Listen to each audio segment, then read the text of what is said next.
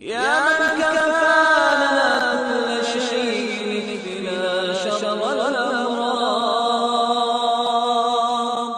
يا من كفانا كل شيء أعنا من سيء الأسقام يا من كفانا كل شيء أعنا من شر كل شيء أنت آخذ بناصيته اللهم إنا نسألك العافية من كل بلاء والشفاء من كل داء وأن تحفظنا من كل وباء اللهم إنا نستودعك بلادنا وبلاد المسلمين. أين الصلاة وأين غاب المنبر بل أين السلام عليكم ورحمة الله wabarakatuh. Alhamdulillah, kita mulakan kuliah kita pada pagi ini dengan Ummul Kitab Al-Fatihah. A'udzu billahi minasyaitonir rajim.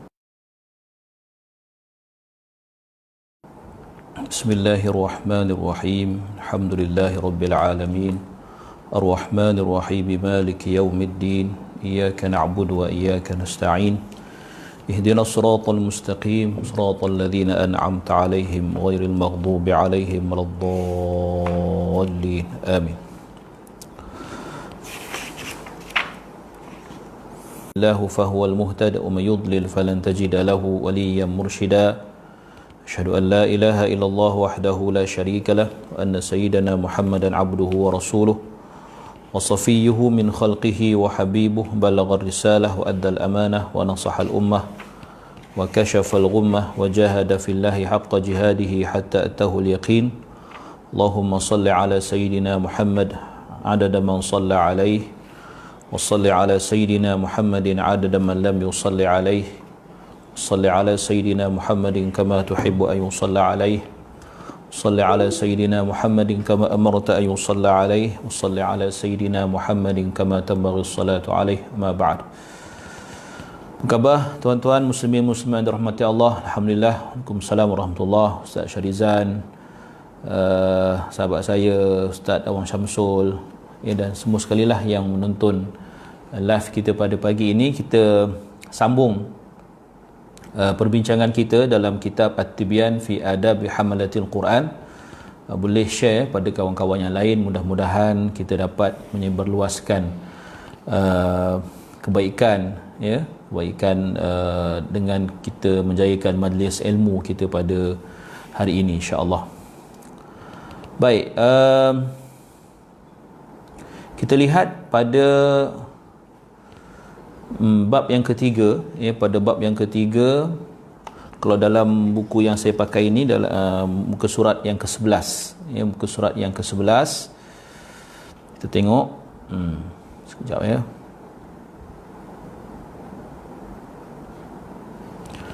Baik, muka surat yang ke-11, al-babu tsalits, qala fi ikrami ahli al-Quran wa nahyi an adahum. Di terjemahan ataupun tajuknya, terjemahannya memuliakan ahli al-Quran. Bab yang ketiga, memuliakan ahli al-Quran dan larangan menyakiti mereka. Memuliakan ahli al-Quran dan larangan menyakiti mereka. Baik.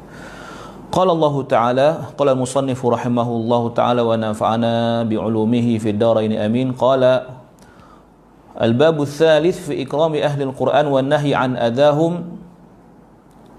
Qala Allah Ta'ala, a'udzu billahi minasyaitonir rajim. Wa man yu'azzim sya'airallahi fa innaha min taqwal qulub. Yang bererti, sesiapa yang menghormati syiar-syiar agama Allah, maka dialah orang yang bertakwa, ya, kerana sesungguhnya perbuatan itu satu kesal daripada sifat-sifat takwa hati orang yang mukmin. orang-orang mukmin. Suratul Hajj ayat yang ke 32. Wa qala Allah Ta'ala wa man yu'azzim a'udzu billahi minasyaitonir rajim wa man yu'azzim hurumatillahi fahuwa khairul lahu 'inda rabbih. Yang bermaksud sesiapa yang menghormati hukum-hukum Allah, maka yang demikian menjadi yang demikian menjadi kebaikan baginya di sisi Tuhannya. Ya, itu yang kedua. Ada berapa ayat ni? Ada 4 ayat. Yang ketiga, waqala Allah Ta'ala wakhfid janahaka limanittaba'aka minal mu'minin. Cuma di sini ada sedikit perbezaan ni dalam teks asal. Kalau yang saya lihat dalam teks asal ini disebut surah Syuara ayat 215. Dalam teks terjemahan ini dibawakan surah Al-Hijr ayat yang ke-88. Waqfid janahaka lil mu'minin, yang dalam ayat dalam teks asal waqfid janahaka limanittaba'aka minal mu'minin. Dua-duanya membawa maksud yang hampir samalah, iaitu dan sebaliknya hendaklah engkau merendahkan diri kepada orang-orang yang beriman. Yang ini hendaklah engkau merendahkan dirimu kepada orang yang mengikutimu dalam kalangan orang-orang yang beriman. Itu surah Syuara. Wa qala Allah Ta'ala والذين يؤذون المؤمنين والمؤمنات بغير ما اكتسبوا فقد احتملوا بهتانا وإثما مبينا. Artinya, orang-orang yang mengganggu dan menyakiti orang-orang lelaki dan perempuan yang beriman dengan perkataan atau perbuatan yang tidak tepat dengan sesuatu kesalahan yang dilakukan, maka sesungguhnya mereka telah memikul kesalahan menuduh secara dusta dan berbuat dosa yang amat nyata. Suratul Ahzab ayat yang ke-58. Apa sebenarnya mafhum daripada keempat-empat atau kelima ayat atau firman Allah Subhanahu Wa Taala ini, muslimin muslimat sekalian? Ya, isu utamanya ialah Allah Subhanahu Wa Taala jadikan dalam kalangan kita ni ada golongan yang perlu kita hormati. Ya, mana kita kena saling hormat menghormati. Ya. Dan maksudnya keempat-empat ayat ini atau kelima ayat ini menceritakan tentang hak golongan yang kita wajar merendahkan diri ataupun wajar menyantuni mereka, ya, wajar bersikap santun dengan mereka. Maka itulah mafhum keempat-empat atau kelima ayat ini. Cuba tengok ayat yang kelima atau keempat itu, ya, orang yang mengganggu dan menyakiti orang-orang lelaki dan perempuan yang beriman. Ya, ini sebenarnya kalau kita faham ayat ini sudah memadai kita untuk tidak melakukan apa yang hari ini kita lihat, ya, dalam situasi kita bermedia sosial, apatah lagi dalam tempoh PKP ni, orang banyak orang kata apa, lebih lama berada bersama-sama dengan handphone mereka. Kalau masa tak PKP tu kita agak jarang juga buka Facebook ni. Sekarang dah tak tahu nak cakap lah, agaknya kalau dikiranya kalau 24 jam tolak masa tidur je lah yang kita tak buka Facebook, ya, atau tidak buka internet, kan? Cumanya kita kena ingatlah, kalau benda tu mendatangkan kebaikan tak ada masalah. Masalahnya bila perkara itu mungkin mendatangkan sebaliknya. Yang mendatangkan sebaliknya akhirnya menjadikan kita rugi dunia dan rugi akhirat. Sebab tu dalam ayat ni Tuhan kata, yang mengganggu, yang menyakiti orang-orang lelaki dan perempuan yang beriman dengan perkataan atau perbuatan yang tidak tepat dengan sesuatu kesalahan yang dilakukan. Ya, kita sakiti hati orang, kita kecam orang dan sebagainya. Allah kata, faqad ihtamalu buhtana wa ithman mubina. Maka kesalahan itu kesalahan orang yang, ya, menuduh secara dusta dan berbuat dosa yang amat nyata. Jadi kita jauhilah perkara-perkara yang seumpama ini. Sebab itu kalau kita betul-betul pegang hadis Nabi sallallahu alaihi wasallam, man kana yu'minu billahi wal yawmil akhir falyaqul khairan aw liyasmut.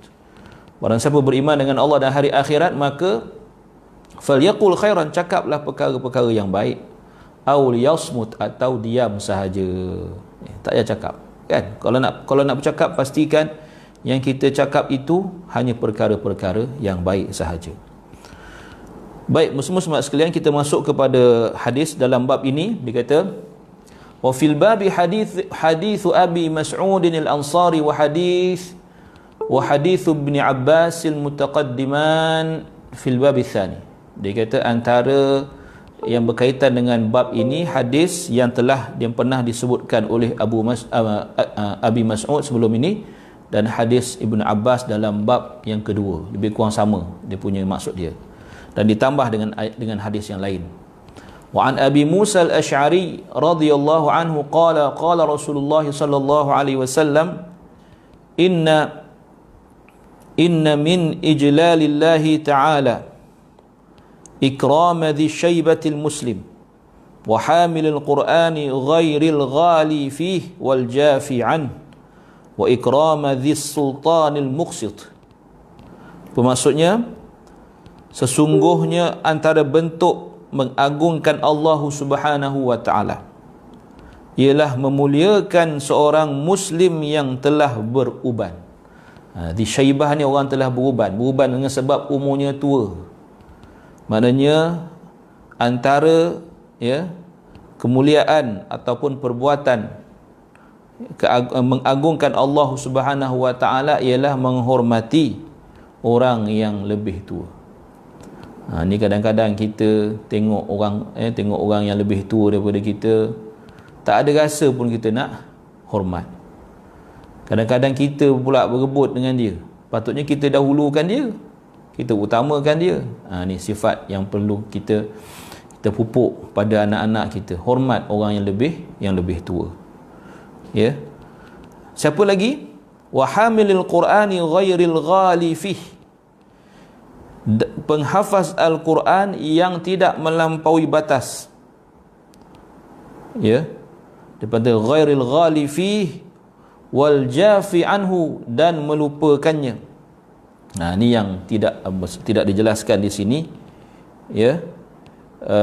Apa maksud ghairil ghali fihi wal jafi anhu?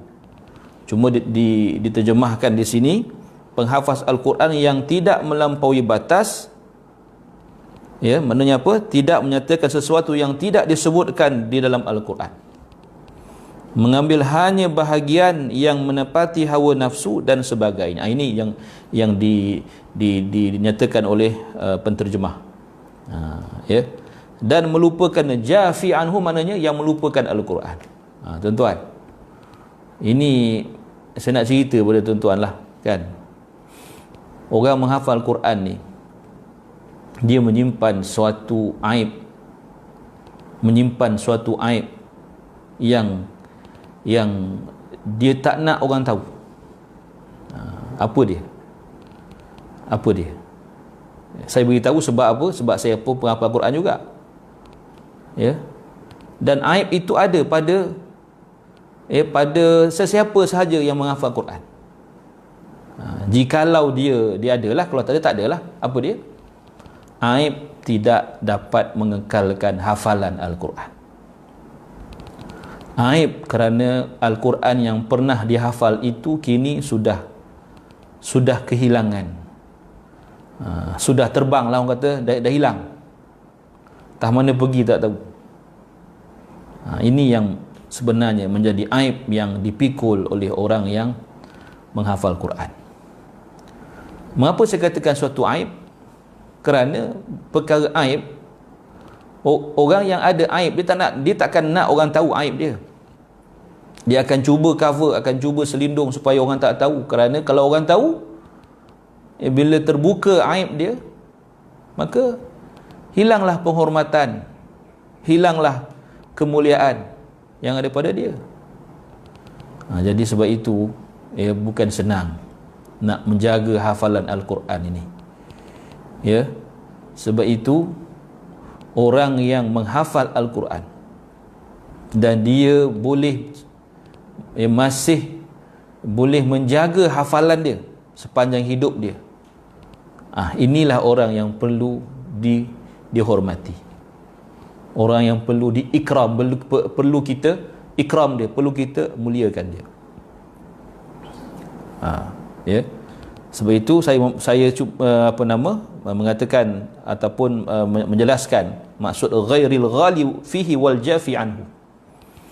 Ya, diterjemahkan di sini, dia kata ghairil ghali mana tidak melampau, mana menyatakan sesuatu yang tidak disebut Quran atau mengambil hanya bahagian yang menepati hawa nafsu dan sebagainya. Maksudnya apa? Tidak melakukan sesuatu yang bertentangan dengan Al-Quran itu sendiri.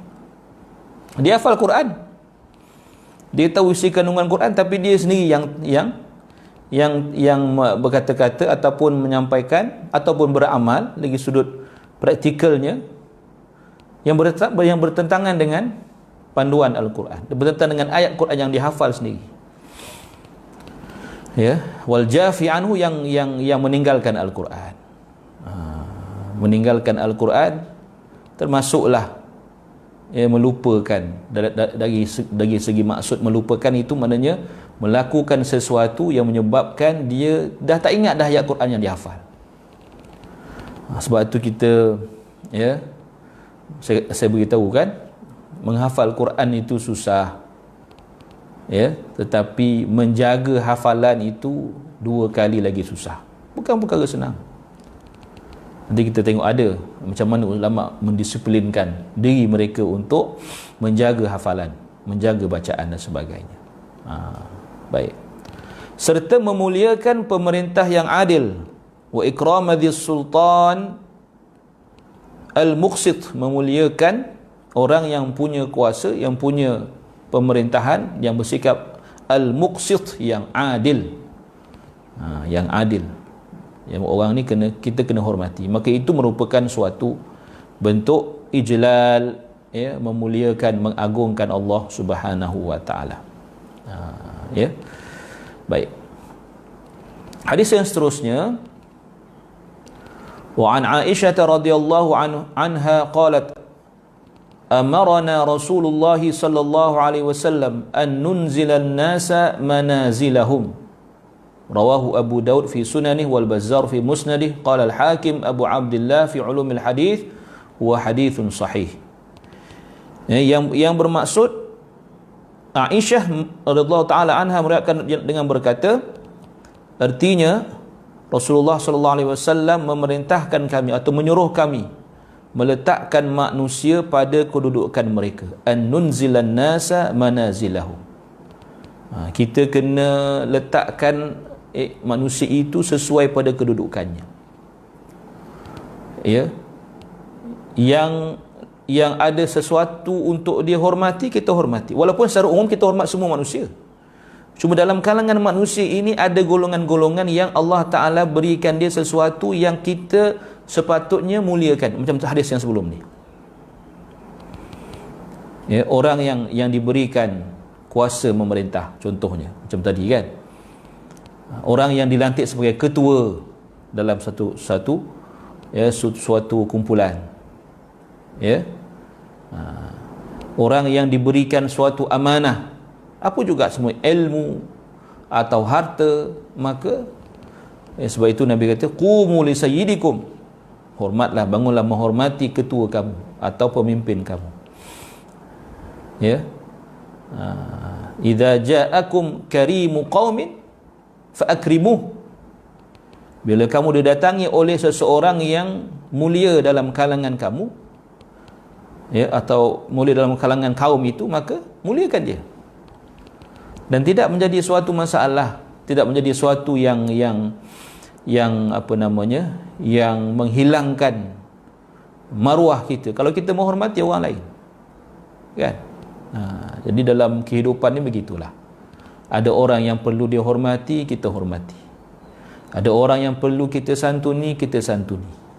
Ada orang yang perlu kita tegur dengan niat berdakwah dengan niat memperbaiki mereka, kita tegur. Apapun ya, apa yang dipamerkan ataupun ditunjukkan oleh Rasulullah sallallahu alaihi wasallam itu adalah yang terbaik. Kita ikut Nabi sallallahu alaihi wasallam. Baik. Jabir bin Abdullah wa an Jabir bin Abdullah radhiyallahu anhu anna an-nabiy sallallahu alaihi wasallam kana yajma'u bainar rajulaini min qatla Uhud thumma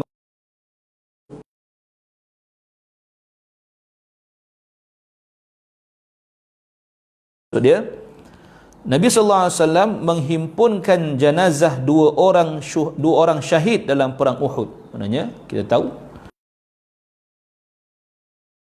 dalam peperangan Uhud ramai sahabat yang meninggal, maka masa nak dikebumikan ya, ada dua jenazah.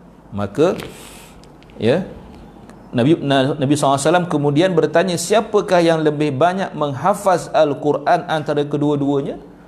Siapa antara dua ni yang paling banyak hafal Quran?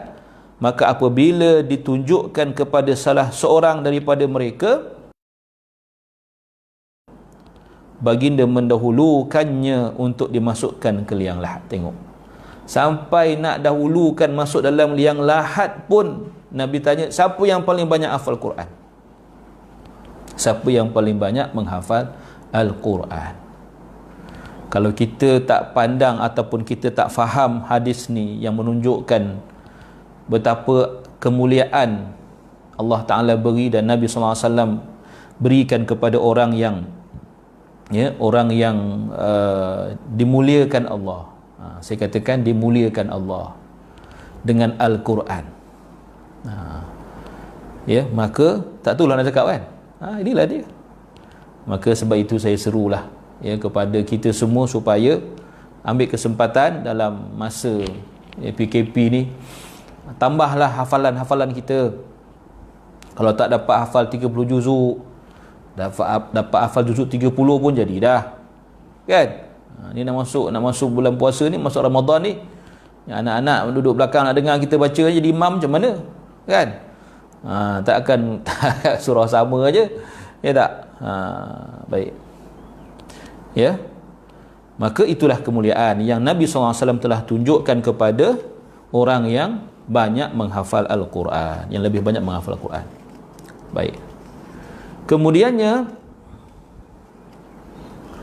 wa an Abi Hurairah radhiyallahu anhu 'anil Nabi sallallahu alaihi wasallam, inna Allah azza wa jalla qala, man adha li waliyan faqad adhantuhu bil harbi. Rawahul Bukhari. Yang bermaksud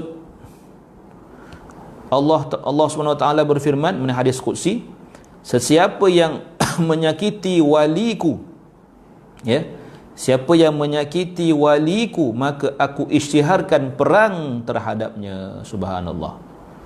Ya, aku isytiharkan perang terhadapnya. Apa hikmah Imam Nawawi masukkan dalam bab ini? Menunjukkan bahawa ya, kerana nanti kita akan tengok di sini bahawa maksud wali di sini ya ialah ulama. Maksud wali ya, barang siapa yang menyakiti waliku, wali maknanya orang yang Allah kasih, orang yang Allah Ta'ala kasih dan sayang padanya.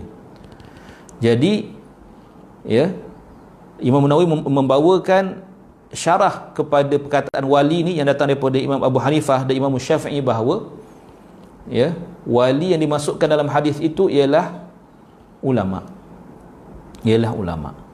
Dan bila Imam Nawawi masukkan hadis ini dalam bab memuliakan ahlul Quran dan melarang daripada menyakiti mereka, maknanya dia nak kata para ulama ataupun para ahlul Quran itulah yang termasuk dalam kalangan ulama.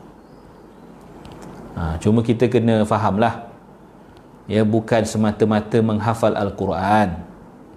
Selalu saya pesan kepada anak-anak murid saya, kita yang dah hafal Quran, yang dah ingat Al-Quran, yang dah lancar, ya, hafalan Al-Quran itu jangan memadai setakat hafalan saja. Pergilah belajar, pergilah menuntut ilmu, pergilah tambah ilmu-ilmu agama dan sebagainya. Ya, kerana sumbernya ada di situ. Sebab itu kalau orang tanya saya tentang hafal Quran ni, saya kata sepatutnya semua orang yang mengaji agama, tak kira bidang apa, semua bidang, dia ambil bidang qiraat ke, dia ambil bidang syariah ke, usuluddin ke, bahasa Arab ke, kan, bidang hadis ke, semua bidang pengajian agama wajib menghafal Al-Quran. Itu sebenarnya, kan.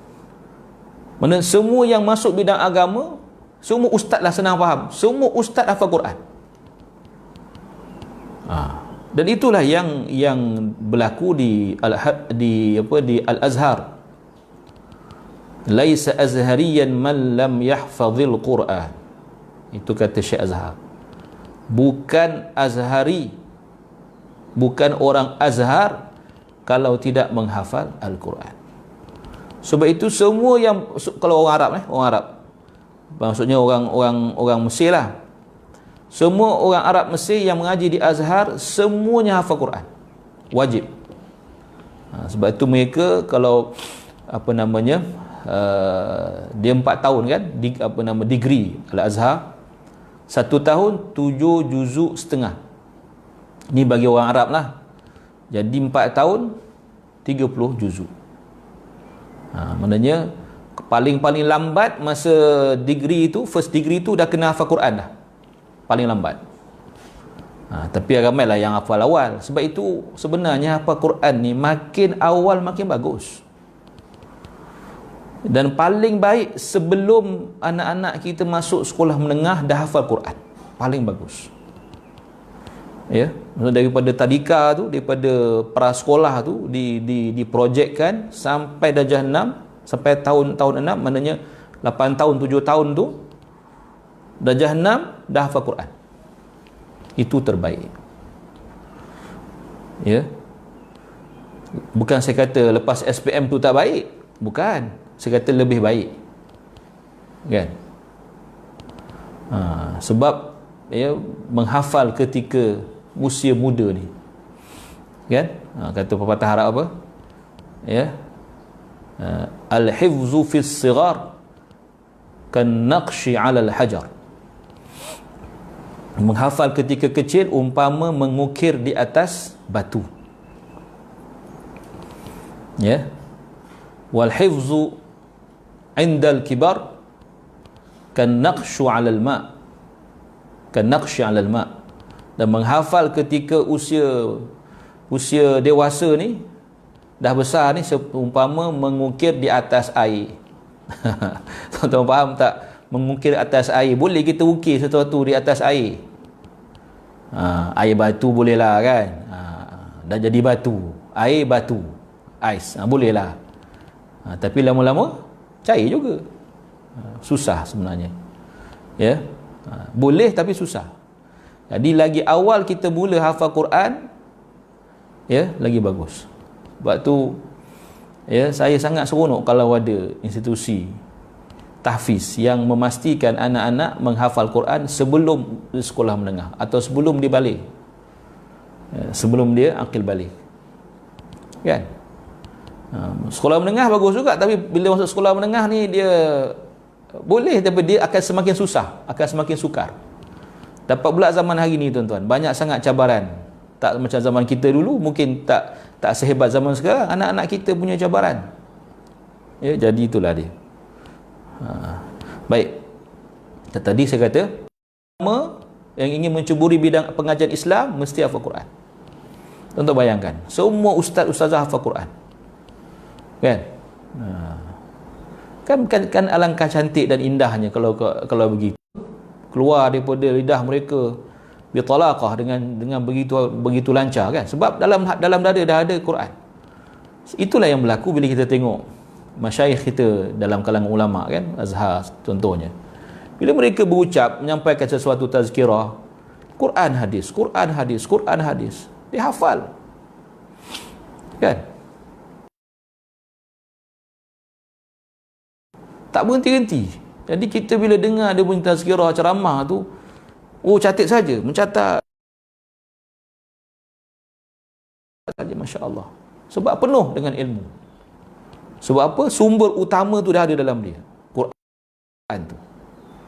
Bila dia dah hafal Quran, dia belajar pula ilmu, hadis-hadis memang kena hafal. Kami di Azhar dulu, ya, hadis-hadis yang keluar dalam kitab semua kena hafal. Sebab benda tu kena keluar masa exam nanti. Dia tak suruh kita urai ikut otak kita sendiri. Kena ada dalilnya. Jadi hadis kita hafal sebelum nanti kita hafal Quran.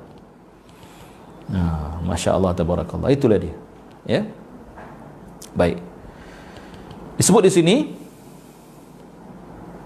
wa thabata fi sahihaini anhu sallallahu alaihi wasallam annahu qala man shalla as-subha fahuwa fi dhimmatillahi ta'ala fala yatlibannakumullahu bi syai'in min dhimmatihi. Ya, rawahu Muslim wa Tirmidzi. Yang bermaksud, artinya, sesiapa yang mengerjakan solat subuh, maka dia berada dalam jagaan Allah, maka Allah tidak akan menghukum kamu sedikit pun dengan sebab pemeliharaannya itu. Ya, maksudnya apa? Ya, maksud hadis ini ialah tegahan melakukan sesuatu yang tidak baik kepada orang yang berada di bawah jagaan Allah Subhanahu wa taala. Ini dikaitkan dengan penjagaan Allah. Mana orang yang Allah berpihak kepada dia. Tadi waliullah. Yang ini orang yang solat subuh. Ya. Mana manusia yang Allah Taala jamin atau jaga dia, ya, tidak akan boleh diapa-apakan oleh manusia. Maksudnya kalau ada orang yang menyakiti dia, Allah akan berpihak kepada orang tadi, orang yang Allah Ta'ala jaga tadi. Sebab tu Allah kata, barang siapa yang menyakiti waliku, aku isytiharkan perang terhadapnya. Sebab itu kita jangan buat pasal dengan ulama, jangan mencerca ulama atas apa juga alasan. Hari ni macam-macam, ya Allah, kita tengok betapa, dia kata Arab, lisan tawil, betapa panjangnya lidah orang yang sanggup mencerca ulama.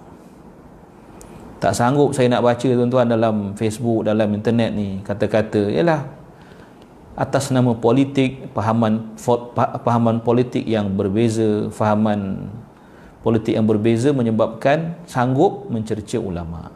Tak payahlah, kan? Jangan kita mencerca ulama, ya, jangan. Kerana mereka ini orang yang dikasihi Allah. Bila kita menyakiti orang yang Allah kasih,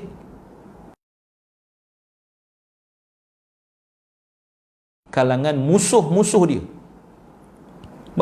Bayangkan kita ni jadi musuh Allah. Bayangkan Allah Ta'ala yang Tuhan yang kita sembah, tetapi pada masa yang sama kita menjadi musuh Allah. Wal'iyadzubillah. Ya, wal'iyadzubillah. Kemudian disebut di sini, wa 'anil imamainil jalilaini Abi Hanifah wa Syafi'i radhiyallahu anhuma qala in lam yakunil ulama'u awliya Allahi falaysa lillahi wali. Yang saya sebut tadi. Ya. Dua imam agung Abu Hanifah dan Asy-Syafi'i radhiyallahu anhuma turut meriwayatkan dengan berkata, ya, dia kata, dengan mereka berkata, jika ulama bukan wali Allah, orang yang dikasihi Allah, orang yang bertakwa pada Allah, ya, maka Allah tidak mempunyai wali. Nak kata yakinnya mereka dalam mengatakan hal ini, ya, dia kata kalaulah ulama itu bukan waliullah, nescaya Allah tak ada wali. Sebab itu, tuan-tuan, janganlah kita menyakiti, ya, hati ataupun apa juga perbuatan yang menyebabkan kita sanggup untuk mencerca, mengecam, menyumpah serana, memaki hamun para ulama. Dan saya tengok satu perkembangan yang merisaukan saya. Hari ini orang sudah berani, ya, maksudnya apa, melakukan perkara-perkara yang sepatutnya dia tak buat di depan orang, kan?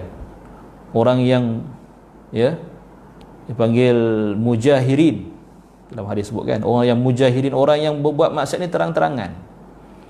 Dia kutuk orang, ya, jelas-jelas, dalam Facebook, dalam Twitter dia, dalam Instagram dia, kutuk, kecam, habis-habisan, menggunakan kalimah-kalimah yang tak sepatutnya digunakan, yang kita nak sebut pun patut kita malulah nak sebut benda tu. Tapi hari ni orang dah tak peduli itu semua, kan? Orang dah tak peduli itu semua. Kenapa? Hilangnya rasa malu. Sebab tu Nabi kata apa?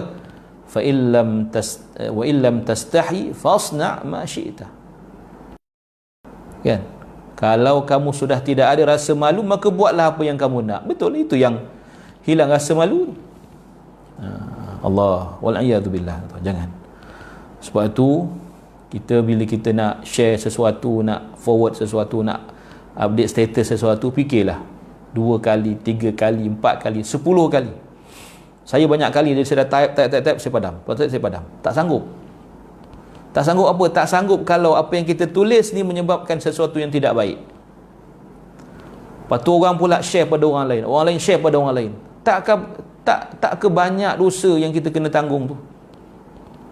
Ya, jangan.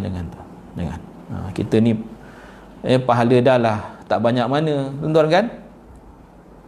Amal pun taklah banyak mana, tapi masya-Allah dosa kita begitu banyak. Dosa kering, kata, kan? Dosa kering. Baik. So dia kata di sini, qala al-Imam al-Hafiz Abu al-Qasim bin Asakir rahimahullah, i'lam ya akhi waffaqana Allah wa iyyaka limardatihi waj'alna mimman yakhshahu wa yattaqihi haqqa tuqatih.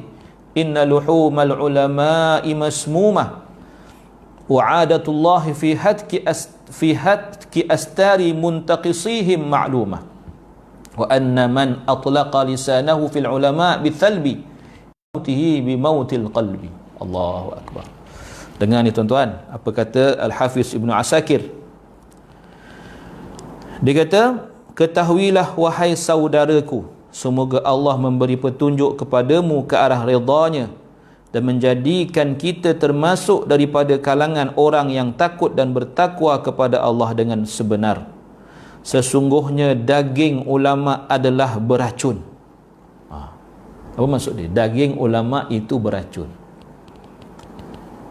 Sebab apa? Bila orang yang mengutuk, bila orang yang mengeji seseorang, mengeji saudaranya, ya, dia orang yang ya'kula lahma akhihi maitan, dia memakan daging saudaranya, kan? Bila orang yang makan daging ulama, dia akan mati. Sebab apa? Luhumal ulama masmumah, daging ulama ini beracun. Itu maksud dia. Bukan beracun maksud ada letak racun. Maksudnya bila orang yang mengeji ulama diumpamakan orang yang makan daging saudaranya, dan bila dia makan daging saudaranya yang beracun, maka dialah yang akan dapat mudarat, bukan orang itu. Kemudian dia kata apa? Dan kebiasaan Allah untuk menyingkap tabir orang yang mencela mereka itu merupakan suatu perkara yang dimaklumi. Maknanya sudah dimaklumi oleh ramai orang bahawa macam mana Allah balas terhadap orang-orang yang muntaqisil ulama, orang yang merendah-rendahkan, menghina, mencerca ulama. Jangan tuan-tuan, ya. Sesiapa yang mengaibkan ulama dengan ucapan lidahnya, termasuk dalamnya ahlul Quran, kerana ulama itu sememangnya ahlul Quran, Allah Ta'ala akan menimpakan bala ke atasnya dan mematikan hatinya sebelum dia meninggal dunia. Wal'iyadzubillah. Ya, sebelum orang itu mati, hatinya dah mati dulu. Hatinya telah mati sebelum dia mati. Akibat apa? Akibat dia mengaibkan ulama. Ni kalau orang yang orang yang kita Allah nak waliyazbillah, mudah-mudahan Allah ya Allah beri hidayah pada mereka. Allah beri hidayah pada mereka. Jangan. Ya, kerana Allah akan matikan hatinya sebelum Allah matikan dia. Wallahu alam, kan? Nauzubillah Tuhan. Nauzubillah, jauhkan kita daripada perkara-perkara ini. Kalau kita tak setuju dengan seseorang, ya, alim ini, tak perlulah kita nak sampai mencerca dia. Kalau kita ada kesempatan, ada peluang untuk, ya, untuk PM tepi dia, untuk tanya dia, ya, itulah yang sebaik-baiknya. Maka jangan kita melakukan, ya, hal-hal yang seperti itu. Dan sama juga kalau kita tengok, ada biasalah kan antara seorang alim dengan alim berselisih pandangan. Jangan kita, orang kata, tumpang sekaki, tumpang tambah perisa, tambah pedas, tambahkan pedas lagi, ya, tambah panas, orang kata bakal lain lagi. Ini bukan kerja kita. Kalau ulama sama alim, orang yang berilmu dengan sama, dia berselisih pandangan, itu memang perkara biasa. Dan itu yang kita dapat lihat, ya, sepanjang sejarah Islam. Bagaimana Imam Syafi'i berbeza pandangan dengan sahabat dia. Berbeza pandangan sampai tak boleh nak dimurnikan. Masing-masing ada pandangan masing-masing. Sampai Imam Syafi'i kata pada sahabat dia, ya, sememangnya kita berselisih faham dalam hal ini, tetapi tidakkah boleh kita bersahabat? Tengok, ni jiwa besar, berjiwa besar, ya. Walaupun tegas dalam soal pendirian, tetapi dalam bersahabat lebih terbuka. Tak apa kita berselisih faham dalam soal ini, tapi kita tetap sahabat, tetap berkawan. Sebab itu kena fikirkan juga, ya, kita kata apa? Agree to disagree. Bersetuju untuk tidak bersetuju. Bersetuju untuk tidak bersetuju, tak apa, tak ada masalah, kan? Selagi perkara itu tidak melibatkan soal akidah yang membezakan antara iman dan kufur, tak apa masalah, tak ada masalah, ya. Baik. Allah berfirman dalam Al-Quran, dalam bab ini dinyatakan, a'udzu billahi minasyaitonir rajim, falyahdharil ladzina yukhalifuna an amrihi an tusibahum fitnatun aw yusibahum adzabun alim. Artinya, oleh itu hendaklah mereka yang mengingkari perintahnya, mana perintah Allah, beringat serta berjaga-jaga, jangan mereka ditimpa bala bencana atau ditimpa azab siksa yang tidak terperi sakit. Kena berhati-hati, berjaga-jaga, beringat-ingat. Ini tidak. Tuhan dah turunkan COVID-19 ni, dah ramai, dah beribu orang dah meninggal, masih lagi boleh kata, tengok kami tak kena pun, tak ada seorang pun daripada kalangan kami. Ni cerita itulah, cerita pondan itulah, kan? Astaghfirullahalazim. Mudah-mudahan Allah beri hidayah, tuan. Jangan kita mengundang murka Allah. Ya, kita ni siapa je kita ni di sisi Allah. Ya, kita dah tahu yang kita buat ni salah, dan kita berbangga dengan kesalahan kita, dan kita mencabar pula Allah Subhanahu Wa Taala. Ini nak letak kat mana ni sebenarnya? Ya, kita letak diri kita di mana sebenarnya? Adakah kita letak diri kita sebagai hamba Allah atau sebagai orang yang mencabar Allah Subhanahu Wa Taala? Ini kita kena hati-hatilah. Dan saya bimbang, ya, macam sebut tadi lah, maknanya orang semakin hari semakin tidak segan silu melakukan maksiat secara terang-terangan dan juga disebar-sebarkan, kan? Ini yang sebenarnya sangat-sangat mendatangkan murka Allah Subhanahu Wa Taala. bila maksiat itu dilakukan secara terang-terangan. Allahu akbar. Na'udzubillah min zalik. Baik tuan-tuan, habis bab yang ketiga. Habis bab ketiga, kita masuk kepada bab yang keempat. Al-babur rabi'u fi adabi muallimil Qur'ani wa muta'allimih. Bab yang keempat tentang adab guru dan penuntut Al-Quran. Adab, ya, pengajar Al-Quran dan pelajar Al-Quran. Ya, guru dan murid ataupun pengajar dan pelajar. Dikata di sini, hadzal bab ma'al babaini ba'dahu huwa maqsudul kitab wa huwa tawilun muntashirun jiddan. Fa inni ushiru ila maqasidihi mukhtasiratan fi fusuli liyashala hifdhuhu atau liyusahhila hifdhuhu atau liyashula hifdhuhu boleh, wa dhabtuhu insyaallah taala.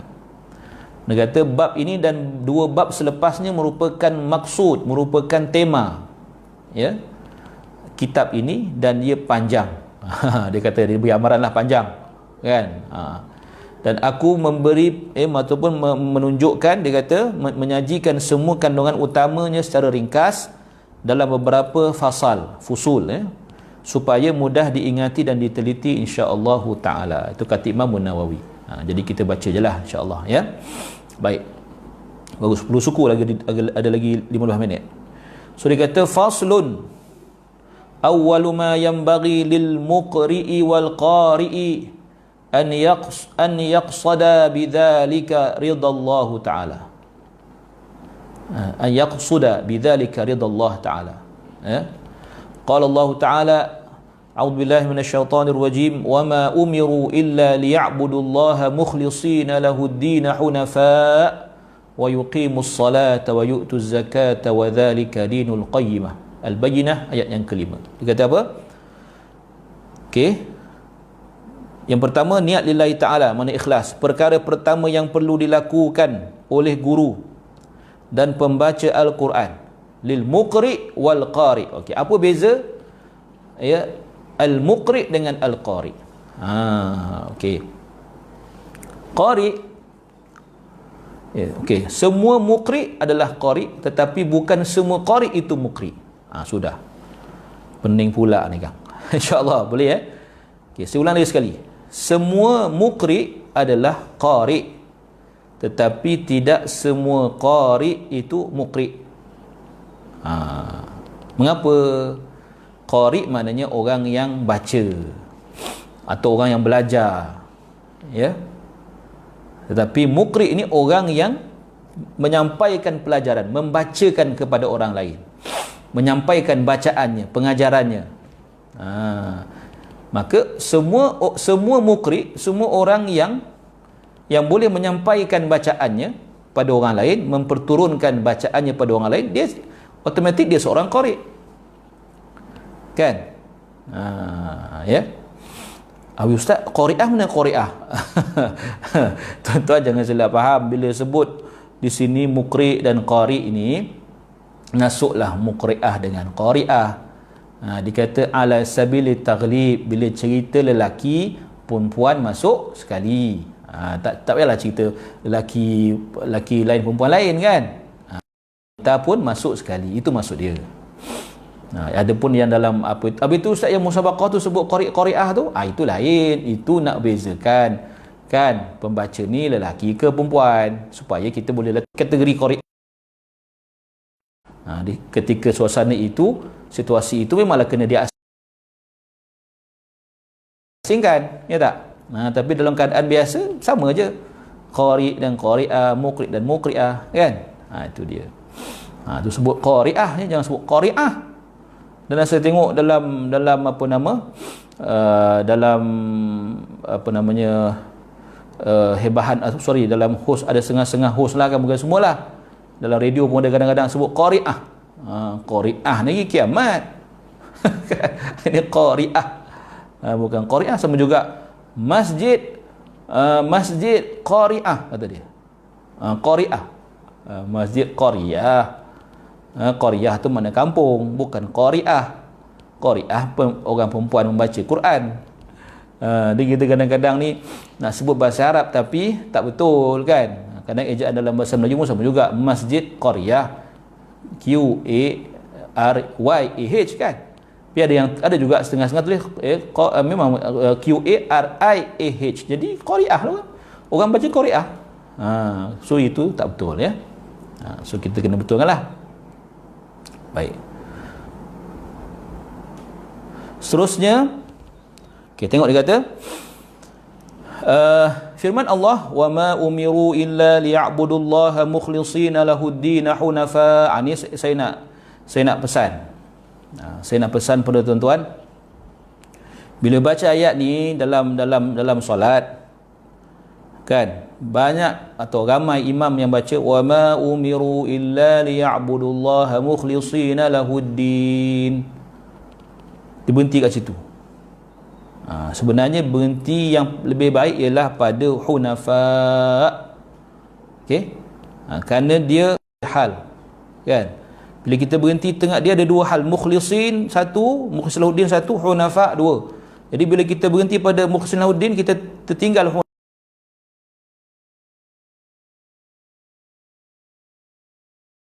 hunafa tu. Jadi dia tak boleh duduk seorang-seorang. So kita kena baca wa ma umiru illa liya'budullaha mukhlishina lahuddin hunafa. Habis tu nak ulang balik, tak ulang pun tak apa, sambung je, wa yuqimus salah ya, wa yu'tuz zakah wa dhalika dinul qayyimah. Kalau lagi baik sambung terus sampai wa yu'tuz zakah, daripada wa ma umiru sampai wa yu'tuz zakah, itu lebih cantik lah. Tapi kalau tak sampai nafas, waqaflah pada hunafa, kemudian sambung terus wa yuqimus salah wa yu'tuz zakah. Ya. Tapi kalau berhenti pada mukhlishina lahuddin, lepas tu hunafa, dia jadi tak cantik makna dia. Ya. Tu dipanggil ilmu waqaf dan ibtida. Ya, cara nak berhenti dan cara nak mula balik bacaan. Baik. Kemudiannya, apa maksud ayat ini? Artinya tidaklah mereka diperintahkan melainkan untuk mentaati Allah dengan ikhlas, lagi tetap teguh di atas landasan tauhid, dan supaya mereka mendirikan solat dan menunaikan zakat. Demikian itulah agama yang lurus. Maknanya perintah Allah untuk kita ikhlas. Ya. Okey, baik, tengok. Dia